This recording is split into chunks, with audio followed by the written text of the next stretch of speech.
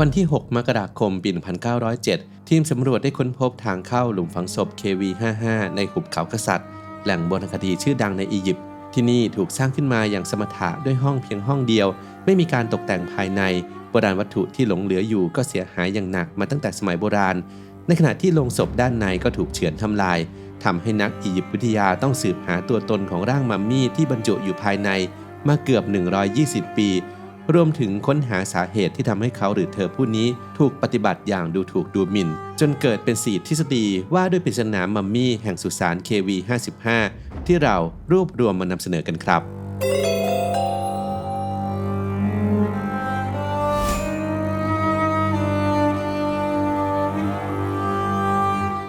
1. สิ่งที่ค้นพบภายในสุสาน KV55 การขุดค้นหลุมฝังศพ KV55 ในหุบเขากษัตริย์อยู่ภายใต้การดูแลของนักกฎหมายและนักธุรกิจชาวอเมริกันทีโอดอร์ เอ็ม เดวิสซึ่งอาจเรียกได้ว่าเป็นการทำงานที่ต่ำกว่ามาตรฐานและไร้ความรับผิดชอบเพราะไม่มีการจัดทำรายการสิ่งของที่พบในสุสานอย่างเหมาะสมอีกทั้งความเร่งรีบที่มากจนเกินไปทำให้เกิดความเสียหายต่อโบราณวัตถุและการทำงานของนักวิชาการที่เข้ามาศึกษาในภายหลังอย่างมากหลุมฝังศพนี้สร้างขึ้นในยุคอามานาของราชวงศ์ที่ 18 ช่วงเวลาแห่งความเชื่อนอกรีดทางศาสนาของฟาโรห์อาเคนาเตนที่ประกาศให้องค์ฟาโรห์เป็นเทพเจ้าสูงสุดเพียงองค์เดียวและย้ายเมืองหลวงจากทีฟส์ไปยังเมืองหลวงใหม่อามานาที่ตั้งชื่อตามพระนามของฟาโรห์ก่อนที่การเปลี่ยนแปลงเหล่านั้นจะถูกล้มเลิกไปเมื่อฟาโรห์ตุตันคามุนผู้เป็นโอรสขึ้นปกครองซึ่งเรื่องราวความวุ่นวายทั้งหมดฟาโรห์ในรุ่นหลังได้พยายามลบล้างออกจากประวัติศาสตร์อียิปต์สิ่งที่ยืนยันถึงวันเวลาในการสร้างสุสานได้ก็คือแผ่นไม้หลายแผ่นจากแท่นบูชาพิธีศพของราชินีติเยราชินีผู้ยิ่งใหญ่ของฟาโรห์อาเมนโฮเทปที่ 3 มารดาของอาเคนาเตนและย่าของตุตันคามุนซึ่งบนแผ่นไม้แสดงรูปแบบศิลปะสมัยอามานาอันโดดเด่นด้วยกะโหลกศีรษะที่มีรูปร่างยาวกับสัดส่วนที่เกินจริงและแน่นอนว่าแผ่นไม้ดังกล่าวต้องได้รับความเสียหายจากการพยายามทำลายรูปภาพทั้งหมดของอาเคนาเตนบนแท่นบูชาของมารดาไม่เพียงเท่านั้นภายในห้องฝังศพ KV55 โบราณวัตถุขนาดเล็กหลายชิ้นจำพวกเครื่องประดับกับภาชนะต่างๆจะมีพระนามของพระนางติเยกับฟาโรห์อาเมนโฮเทปที่ 3 และซิดอามุนพระราชธิดาปรากฏอยู่นอกจากนี้ยังค้นพบตราประทับที่มีชื่อของราชวงศ์ตุตันคามุนตลอดจนโถคาโนปิกหรือภาชนะเก็บรักษาอวัยวะภายในของมัมมี่ชุดหนึ่งที่แสดงใบหน้าของหญิงสาวที่ได้รับการยอมรับว่าเป็นใบหน้าของคิยาหนึ่งในภรรยาของอาเคนาเตนซึ่งสิ่งเหล่านี้สามารถเชื่อมโยงกับยุคอามานาได้เป็นอย่างดี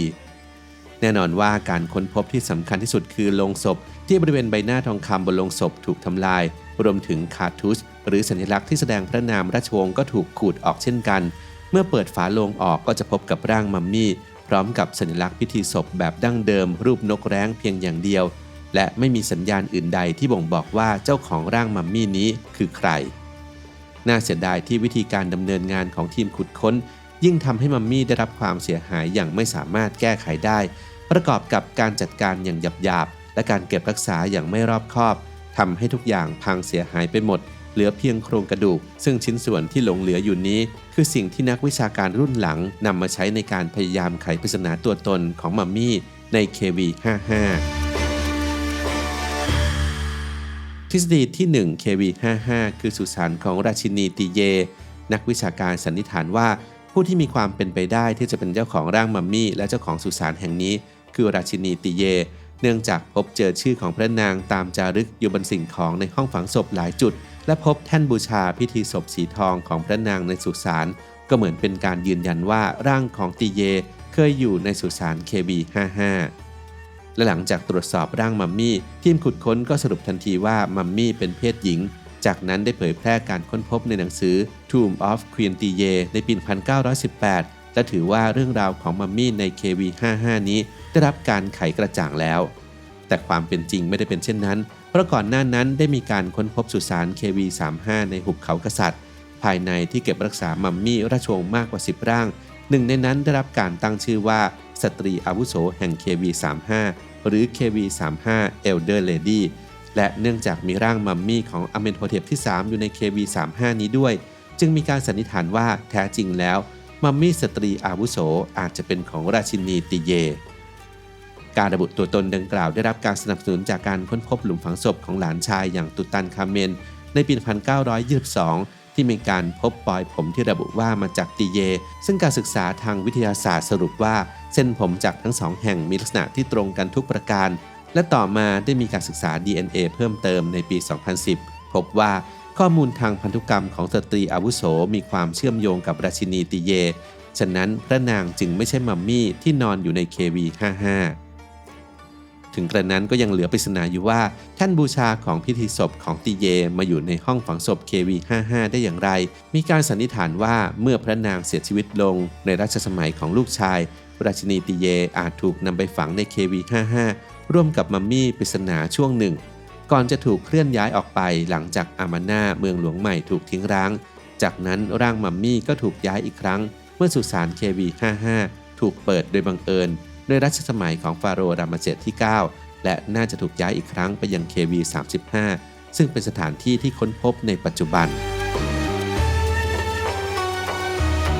ทฤษฎีที่ 2 KV55 คือสุสานของราชินีคิยาผู้ที่มีความเป็นไปได้อีกคนคือคิยาราชินีอีกคนของอาเคนาเตนที่ปรากฏตัวอยู่ในภาพเขียนหลายภาพที่อามาน่าก่อนที่เรื่องราวของพระนางจะเลือนหายไปจากบันทึกต่างๆราวกับถูกลบล้างไปในช่วงปลายรัชสมัยของฟาโรห์อาเคนาเตนการระบุตัวตนว่ามัมมี่ KV55 เป็นราชินีคิยานั้นได้รับการสนับสนุนจากโถคาโนปิกใน KV55 ที่ในชั้นแรกคาดว่าเป็นภาพของราชินีติเยแต่ต่อมานักวิชาการสรุปว่าภาพศีรษะสตรีบนโถคาโนปิกคือราชินีคิยาซึ่งทราบได้จากทรงผมที่เป็นเอกลักษณ์ของพระนางและลักษณะต่างๆที่มีความคล้ายคลึงกับภาพเขียนอื่นๆที่มีพระนางปรากฏอยู่นอกจากนี้นักวิชาการส่วนใหญ่ยังเห็นด้วยว่าเดิมทีโลงศพที่พบในสุสานถูกสร้างขึ้นสำหรับคิยาดังนั้นเมื่อโลงศพกับโถคาโนปิกที่พบเป็นของพระนางก็แสดงว่าร่างมัมมี่ปริศนาก็ต้องเป็นร่างของพระนางทว่าทฤษฎีนี้ถูกปัดตกลงไปในที่สุดเพราะแม้ว่าเดิมทีโลงศพดังกล่าวอาจจะเป็นของราชินีคิยาแต่ก็มีร่องรอยของการถูกดัดแปลงเพิ่มเติมในภายหลังเช่นมีการค้นพบคราวปลอมตลอดจนคาถาโค้งหรือไม้เท้าที่มีลักษณะโค้งคล้ายตะขอและแส้ซึ่งลักษณะเหล่านี้ล้วนเป็นเอกสิทธิ์เฉพาะสำหรับโรงพระศพของฟาโรห์อียิปต์และไม่น่าจะนำมาใช้ในการฝังศพของพระนางคิยาและอีกหลักฐานสำคัญที่ทำให้ทฤษฎีของราชินีติเยกับราชินีคิยาถูกปัดทิ้งไปอย่างเด็ดขาดก็คือผลจากการตรวจสอบอย่างละเอียดที่ระบุว่าร่างมัมมี่ใน KV55 เป็นเพศชายดังนั้นข้อสรุปของทีมค้นพบทีมแรกนั้นผิดพลาดทฤษฎีที่ 3 KV55 คือสุสานของฟาโรห์อาเคนาเตนเมื่อมัมมี่ KV55 เป็นเพศชายข้อสันนิษฐานจึงพุ่งเป้าไปที่ฟาโรห์อาเคนาเตนเพราะพระองค์เป็นตัวเลือกที่ดีที่สุดด้วยเหตุผลหลายประการเริ่มจากพระองค์เป็นบุคคลสำคัญแห่งยุคอามาน่าและยังไม่มีการค้นพบร่างมัมมี่ของพระองค์เหตุผลต่อมาคือก้อนอิฐวิเศษหรือ Magic Bricks ที่พบในหลุมฝังศพมีชื่อของพระองค์ปรากฏอยู่ทั้งยังมีการอ้างอิงถึงบิดามารดาภรรยาและบุตรชายทั้งหมดภายในหลุมฝังศพดังกล่าว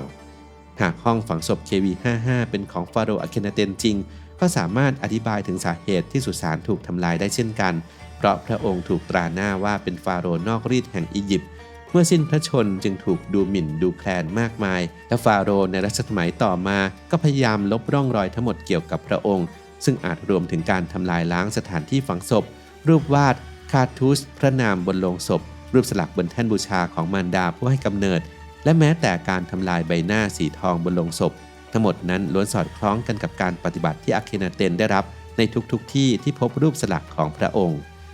เหตุผลอีกประการคืออาเคนาเตนสิ้นพระชนม์ที่อามาน่าอย่างแน่นอนแต่ร่างมัมมี่ของพระองค์อาจถูกนำกลับไปยังทีฟส์โดยตุตันคามุนฟาโรห์หนุ่มและทิ้งเมืองหลวงของบิดาซึ่งนำไปสู่การตั้งสมมติฐานว่าตุตันคามุนอาจจะเป็นผู้ที่นำมัมมี่ของบิดาไปฝังที่สุสาน KV55 ก่อนที่จะถูกทำลายโดยคนงานสร้างสุสานของฟาโรห์รามเสสที่ 9ในอีกหลายร้อยปีต่อมา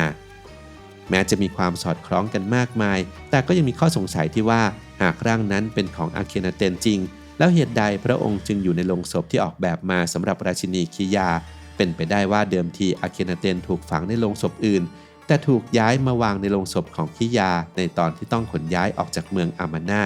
และก็เป็นไปได้เช่นกันว่าพระองค์อาจถูกฝังอยู่ในโลงศพที่ถูกดัดแปลงใหม่นี้ตั้งแต่แรกด้วยเหตุผลบางประการ ซึ่งการนำสิ่งของของพิธีศพมาใช้ร่วมกันจึงไม่ใช่เรื่องแปลกแต่อย่างใดทฤษฎีที่ 4 KV55 คือสุสานของฟาโรห์สเมงคาเรฟาโรห์สเมงคาเรเป็นอีกหนึ่งบุคคลที่ไม่ค่อยปรากฏเรื่องราวให้เห็นบ่อยนักซึ่งส่วนมากจะพบในจารึกและภาพวาดจำนวนหนึ่งที่อามาน่าโดยพระองค์ปรากฏตัวในฐานะผู้ปกครองร่วมของอาเคนาเตนในช่วงปลายรัชสมัยหรือเป็นผู้สืบทอดตำแหน่งพระองค์แต่งงานกับพระนางเมริตาเต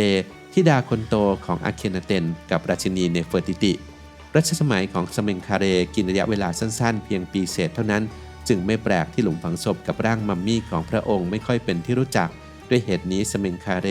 จึงมีความเป็นไปได้ที่จะเป็นผู้ครอบครองสุสาน KV55 เพราะแม้ว่าจะไม่มีสิ่งของใดในหลุมศพที่กล่าวถึงพระองค์เลยแต่ความไม่เข้ากันของสิ่งของต่างๆภายในห้องฝังศพอาจบ่งบอกว่าการฝังศพถูกจัดขึ้นอย่างเร่งรีบผู้ที่สนับสนุนทฤษฎีของสเมงคาเรกล่าวว่าการครองราชย์ร่วมกันเกิดขึ้นในปีที่ 13 หรือ 14 ของอาเคนาเตนตรงกับช่วงเวลาที่ราชินีคิยาสิ้นพระชนฉะนั้นสิ่งของในพิธีศพของราชินีที่เพิ่งสูญเสียอำนาจไปอาจถูกปรับเปลี่ยนแก้ไขใหม่อย่างรวดเร็วเพื่อให้ใช้สำหรับการสิ้นพระชนอย่างกระทันหันของฟาโรห์สเมงคาเรก็เป็นได้ 6. บทสรุปมัมมี่ปริศนาแห่ง KV55 นักวิชาการได้พยายามรวบรวมข้อเท็จจริงเกี่ยวกับมัมมี่ปริศนาใน KV55 มากมายทั้งการสืบหาอายุในตอนที่เสียชีวิตที่ส่วนใหญ่ได้สรุปว่ามีอายุประมาณ 20 ต้นๆซึ่งสอดคล้องกับอายุของฟาโรห์สเมงคาเรขณะสิ้นพระชนตรงข้ามกับฟาโรห์อาเคนาเตนที่น่าจะสิ้นพระชนอย่างน้อยตอนอายุ 30 ปีแต่ทว่าจากการตรวจ DNA ปรากฏว่าร่างมัมมี่ปริศนามีความคล้ายคลึงทางพันธุกรรมกับฟาโรห์ตุตันคามุนจึงน่าจะสอดคล้องกับฟาโรห์อาเคนาเตนมากกว่าด้วยเหตุนี้จึงยังไม่ทราบแน่ชัดว่าใครถูกฝังไว้ใน KV55 กันแน่แต่ก็สามารถจำกัดวงให้แคบลงได้ว่าอาจเป็นอาเคนาเตนหรือไม่ก็สเมงคาเรอย่างแน่นอนโดยสามารถอนุมานเรื่องราวของมัมมี่แห่ง KV55 ได้ว่าฟาโรห์อาเคนาเตนหรือฟาโรห์สเมงคาเรสิ้นพระชนในเมืองอามาน่าและถูกฝังไว้ที่สุสานหลวงที่นั่นเคียงข้างกับราชินีติเยที่เพิ่งสิ้นพระชนต่อมาในรัชสมัยของตุตันคามุนฟาโรห์หนุ่มได้ย้ายร่างของสมาชิกครอบครัวไปไว้ที่สุสาน KV55 ในหุบเขากษัตริย์หลังจากที่ละทิ้งเมืองอามาน่ากลับไปยังเมืองทีฟส์มัมมี่ของติเยกับมัมมี่ปริศนานอนอยู่ใน KV55 ช่วงหนึ่งจนกระทั่งหลายศตวรรษต่อมาคนงานที่น่าจะมาสร้างสุสานของฟาโรห์รามเสสที่ 9 บังเอิญไปเจอสุสานเข้าซึ่งพวกเขาจำสัญลักษณ์กับชื่อต่างๆจากยุคอามาน่าได้จึงลงมือทำลายสุสานทิ้งทั้งฉีกหน้าทองคำออกจากโลงศพขูดฆ่าชื่อของเจ้าของและทำลายภาพของอาเคนาเตนออกจากแท่นบูชาพิธีศพของติเยเพื่อให้มั่นใจว่าแม้ในโลกหลังความตายก็จะไม่มีใครสามารถจดจำบุคคลผู้นี้ซึ่งนับเป็นการตายครั้งที่2ส่วนการย้ายร่างมัมมี่ของราชินีติเยไม่ได้ทำด้วยความดูหมิ่นแต่น่าจะทำด้วยความปรารถนาดีที่ต้องการย้ายร่างของพระนางออกจากสถานที่อันเสื่อมทรามแห่งอามาน่าโดยทิ้งแท่นบูชาของพระนางไว้ข้างหลังและน่าจะย้ายไปฝังไว้ในหลุมฝังศพของพระสวามีอย่างฟาโรห์อาเมนโฮเทปที่ 3ในช่วงเวลาหนึ่งก่อนจะย้ายไปที่ KV35 ระหว่างการปรับโครงสร้างใหม่ของหุบเขากษัตริย์ในภายหลังระหว่างนั้นมัมมี่แห่ง KV55 ก็ถูกปิดผนึกและลืมเลือนไปเป็นเวลา 3,000 ปีจนกระทั่งทีมขุดค้นชาวอเมริกันค้นพบทางเข้าห้องฝังศพอีกครั้ง